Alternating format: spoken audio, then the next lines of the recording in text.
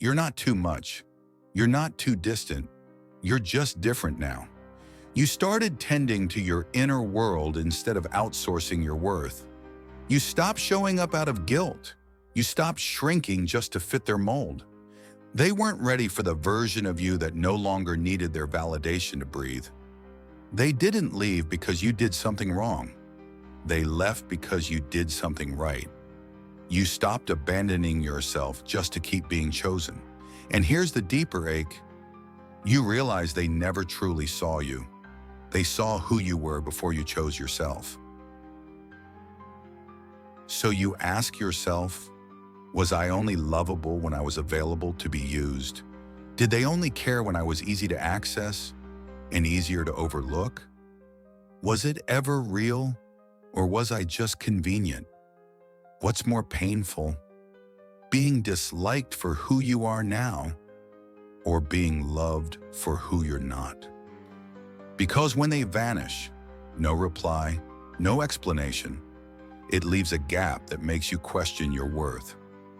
But here's the reminder. Their absence doesn't diminish your presence. Their silence isn't your fault. It's their escape. When they walk away, let them. Don't chase what chooses distance. You deserve people who don't disappear when you evolve. People who don't get quiet when your joy gets loud. People who can sit with your depth without turning it into discomfort. Let them go. Let them ghost. Let them grieve the version of you they lost access to. Because the version of you they left behind is the one you outgrew.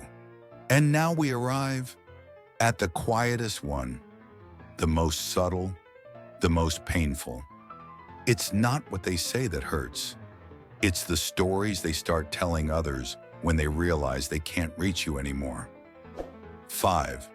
They pretend you don't exist anymore. They don't mention you anymore. No birthday call, no tag, no random memory shared. You're not invited, not acknowledged, not celebrated. It's like you've been erased. And the worst part, you didn't even do anything wrong. It's not hate. It's not even conflict. It's something more slippery, more subtle. It's omission. To be quietly resented is to be deeply seen, because sometimes silence is louder than gossip. Sometimes being erased is just their way of saying, you grew in a direction they refuse to follow.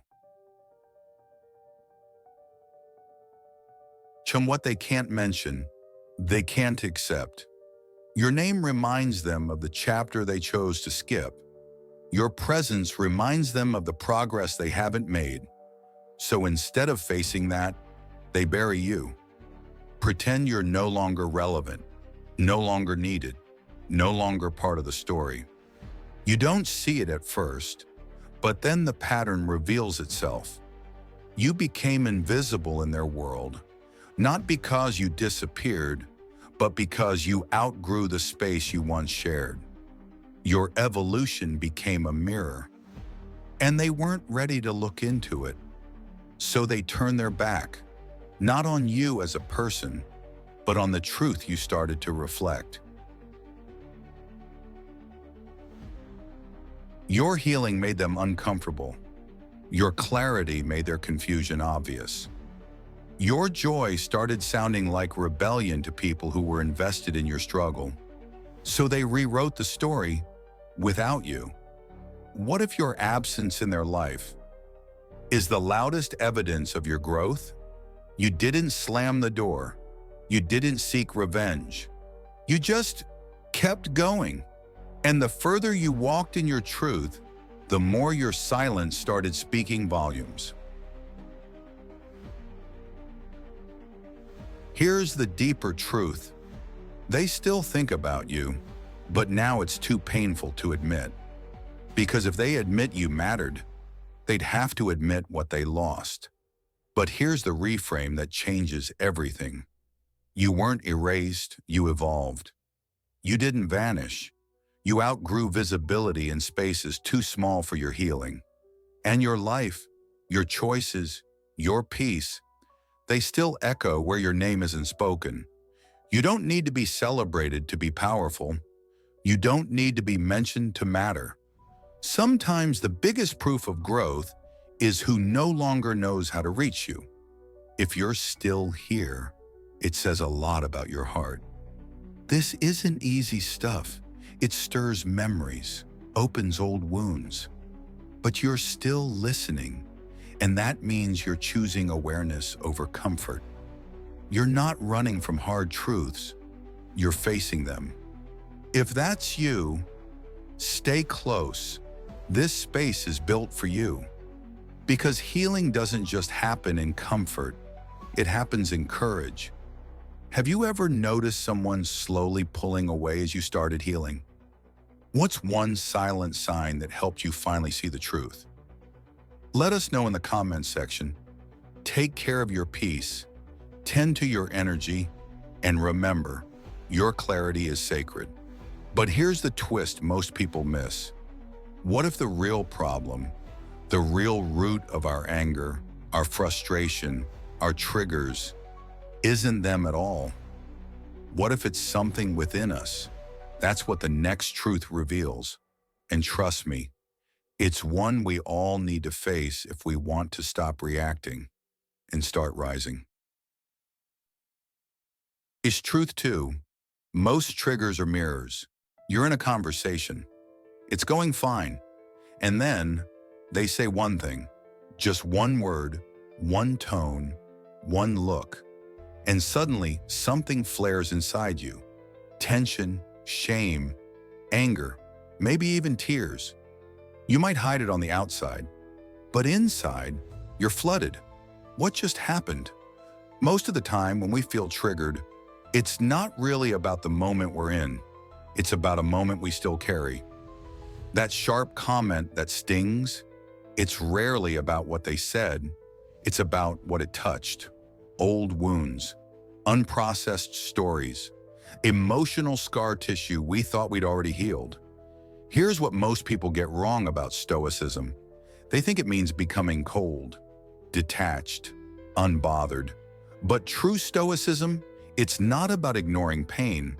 It's about investigating it, gently, without judgment, without shame, just presence. Next time something gets under your skin, before you react, ask yourself, what is this revealing in me? What part of me still feels unseen, unheard, unsafe?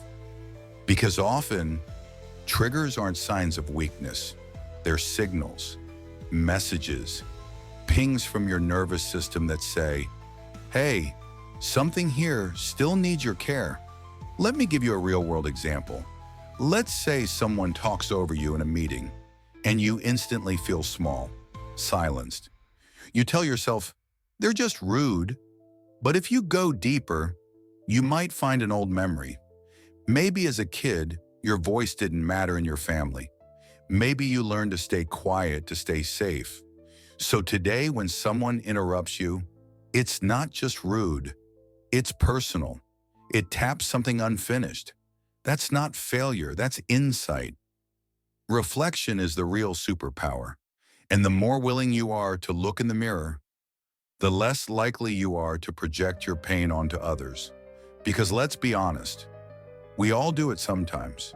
We snap at the people we love when we haven't slept. We shut down when we feel ashamed. We assume someone is judging us, when really we're judging ourselves. It takes courage to see that clearly. But that kind of clarity, that's what frees you. So ask yourself this, right here, right now. What patterns keep repeating in your reactions? Do you find yourself feeling rejected again and again, even when no one's actually rejecting you? Do you keep getting angry at people who are just reflecting back a truth you haven't faced? These aren't problems, they're invitations, and you don't need to fight them. You just need to listen. You'll know you're growing when instead of asking, why are they doing this to me? You start asking, what's trying to heal in me through this moment? And that shift, that's when you stop reacting from your wound. and start responding from your wisdom. So here's your moment to pause. What's one trigger that keeps showing up for you? What might it be trying to show you? Not about them, but about you. You don't have to figure it all out now. Just be willing to look. That's more than most people ever do. Long pause, space to reflect.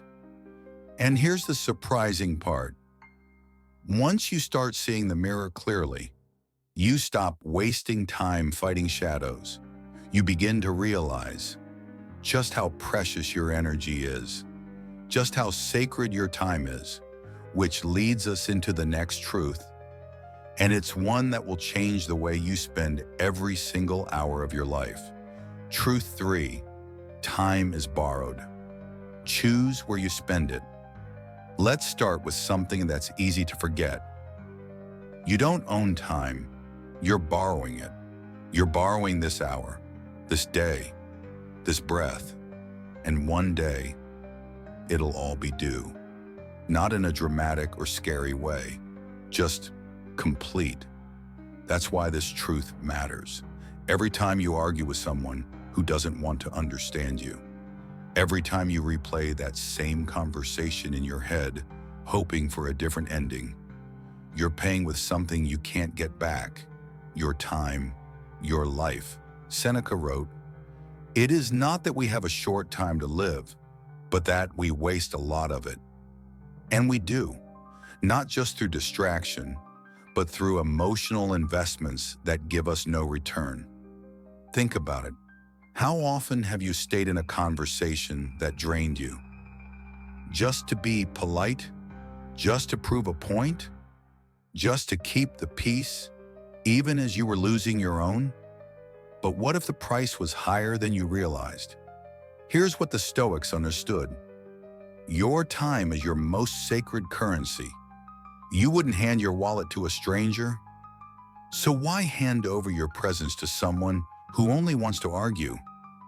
That doesn't mean you shut people out. It means you start asking better questions. Is this conversation going somewhere? Is this relationship built on mutual respect or emotional obligation? Is this fight worth the time it will steal from my peace? Because here's the thing, anger is one of the most expensive emotions you can afford. It costs your clarity, your sleep, your creativity, your connection to yourself. And the return? It's almost always negative. But peace gives back. It regenerates. It clears space in your mind. It softens your nervous system. It allows you to show up, whole, not fractured. Cut 2, journal pages turning, someone sipping tea at sunrise, slow close-up of a clock face. So here's a quiet truth we don't hear enough. Sometimes walking away isn't quitting. It's choosing how you want to live. You don't need to win every argument. You don't need to explain yourself to everyone. You don't even need to be understood by people who aren't willing to listen. So let's pause here. What conversations have you been staying in too long? Not just the spoken ones, but the ones in your head? What would it mean to lovingly, calmly say, I don't need to carry this anymore? Not out of resentment, not out of spite, but out of a quiet respect for your own time on this earth. You don't get to control how long you're here, but you do get to choose how present you are while you are. That's the real gift. That's what this truth is asking of you. And once you see your time as sacred, you begin to treat everything differently. You start to notice the way people drain or nourish your peace. You get clear on what you'll tolerate and what you won't. And from that clarity, a new kind of strength emerges. Boundaries, not wall, but wisdom. That's where we're headed next.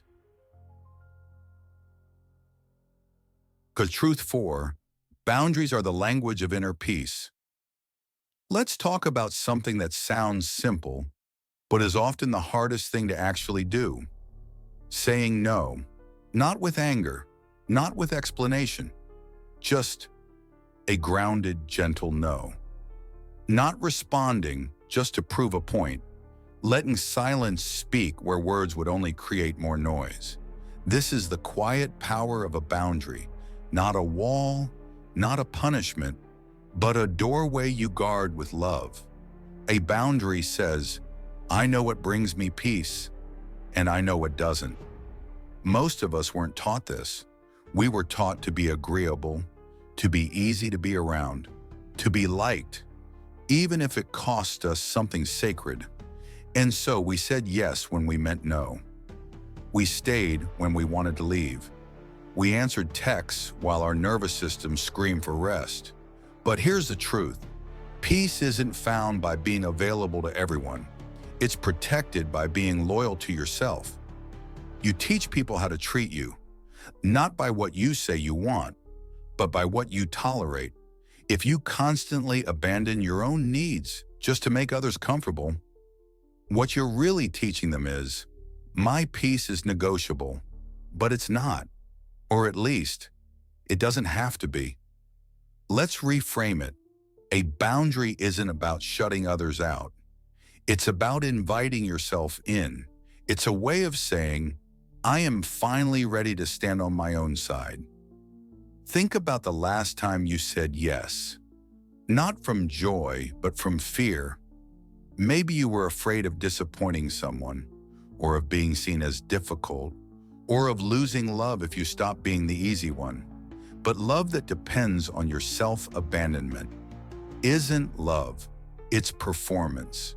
Real love respects boundaries. Real peace begins with choosing yourself, not in selfishness, but in wholeness. Ask yourself right now, where have I been saying yes out of guilt or fear? What am I still doing just to keep the peace, even if it costs mine? And maybe even deeper, if your peace had a voice, what would it say? Would it ask for more space, more silence, more honesty? Would it finally ask you to stop shrinking for other people's comfort? You don't owe anyone constant access to your energy. You don't need to reply instantly. You don't need to explain your healing. You don't need to justify why you're choosing calm over chaos. You are allowed to protect your peace. That's not being distant. It's being discerning. That's not being cold. It's being clear. You're not here to be everything for everyone. You're here to be whole within yourself. And when you honor that truth, you begin to move differently. People might not always like your boundaries, but the right ones, they'll respect them because they respect you. Stick with me here, because this next truth, it's the one beneath all the others, the foundation, the root. Because all of this, your responses, your reflections, your time, your boundaries, they come from one place: how deeply you know your worth. Let's go there next. Truth 5. Your worth was never up for debate. Not everyone will understand you. Not everyone will see the real you. Not everyone's supposed to. That's not a flaw. It's just reality. And for most of us, it's one of the hardest truths to accept. Because when we don't feel seen, we hustle, we shapeshift. We try harder to prove we're enough, louder, smarter, more agreeable, more useful. But here's the quiet truth that changes everything. Your worth was never up for debate. Not when you were confident, not when you were falling apart, not when you got it right, not when you got it so deeply wrong you could hardly look at yourself. You've always been enough, not because someone else said so, but because you're here, breathing, living, becoming. So let me ask you something. How much of your energy has been spent waiting for someone else to validate you? Their approval, their praise, their love, their permission to rest, their green light to be proud of yourself. What would happen if you stopped waiting? What would happen if you stopped outsourcing your worth to other people's opinions, moods, projections, or silence? Because when you stop doing that, you come home, home to yourself, to the truth that was there all along. This isn't arrogance, this is alignment. The world will always have opinions. Some will praise you, some will misunderstand you. Some will never truly see you, not because you're not worthy, but because they're not ready. That has nothing to do with you. Imagine this. You are a flame. The people who see your light will warm their hands. The ones who don't, they'll complain about the heat. Let them. Your job isn't to dim for their comfort. Your job is to stay lit. Here's what Stoicism teaches us, and what every path of inner peace circles back to. You don't control what others think. You only control how deeply you believe in yourself. And belief doesn't always mean confidence. Sometimes it just means staying when you want to run, choosing silence instead of scrambling for validation, rooting into your values when no one is clapping. That's worth, and it's unshakable when you stop handing it out for negotiation. So let's take this inward. Are you still waiting for someone to approve your peace, to say you've done enough, to finally treat you like you matter? Or are you ready, truly ready, to reclaim it? No conditions. Because this is the foundation beneath it all. When you know your worth, you don't need to control others. You understand your triggers with compassion. You stop wasting time on battles that don't feed your soul. Now you set boundaries with quiet confidence, not fear. You become whole. And here's the most beautiful part. When you live from that place, your energy stops begging to be seen. It simply radiates, and the right people feel it. You stop performing. You start existing. And that's where freedom lives. If this is resonating, go ahead and subscribe. Not to follow me, but to follow this kind of truth. I'll be here every week with real, grounded tools to help you return to your peace. Let's take a breath. Not just because we reached the end, but because something landed. Let's recap. 1. You can't control others, only your response. 2. Your triggers are often your teachers. 3. Time is borrowed. Spend it wisely. 4. Boundaries protect the peace you're building. 5. Your worth is not a conversation, it's a truth. This isn't about never getting upset again. It's about knowing who you are so deeply that you don't hand that over so easily. You are allowed to be calm. You are allowed to not react. You are allowed to choose peace in a world addicted to drama. If this spoke to you, share one thing you're taking with you in the comments. Not for me, for you. To claim it, to remember it. We're in this together. Stay grounded, stay open, and I'll see you in the next one.